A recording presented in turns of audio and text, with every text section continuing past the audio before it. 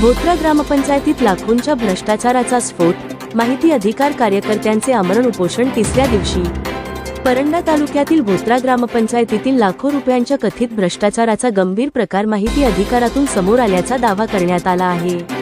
या प्रकरणी दोषींवर तातडीने कारवाई करण्याच्या मागणीसाठी माहिती अधिकार कार्यकर्ते दत्तात्रय गोळे आणि कुलदीप देशमुख यांनी सुरू केलेले आमरण उपोषण आज तिसऱ्या दिवशीही सुरू असून प्रशासनाच्या भूमिकेबाबत नागरिकांमध्ये तीव्र नाराजी व्यक्त होत आहे।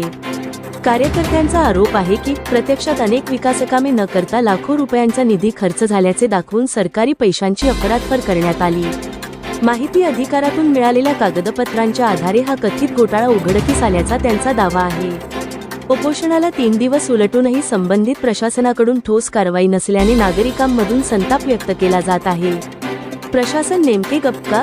दोषी सरपंच, ग्रामसेवक आणि संबंधित अधिकाऱ्यांवर कारवाई होणार का, असे प्रश्न उपस्थित होत आहेत। या प्रकरणाची निष्पक्ष चौकशी करून दोषींवर कठोर कारवाई करावी, तसेच अपहार झालेल्या निधीची वसुली करावी, अशी मागणी उपोषणकर्त्यांनी केली आहे।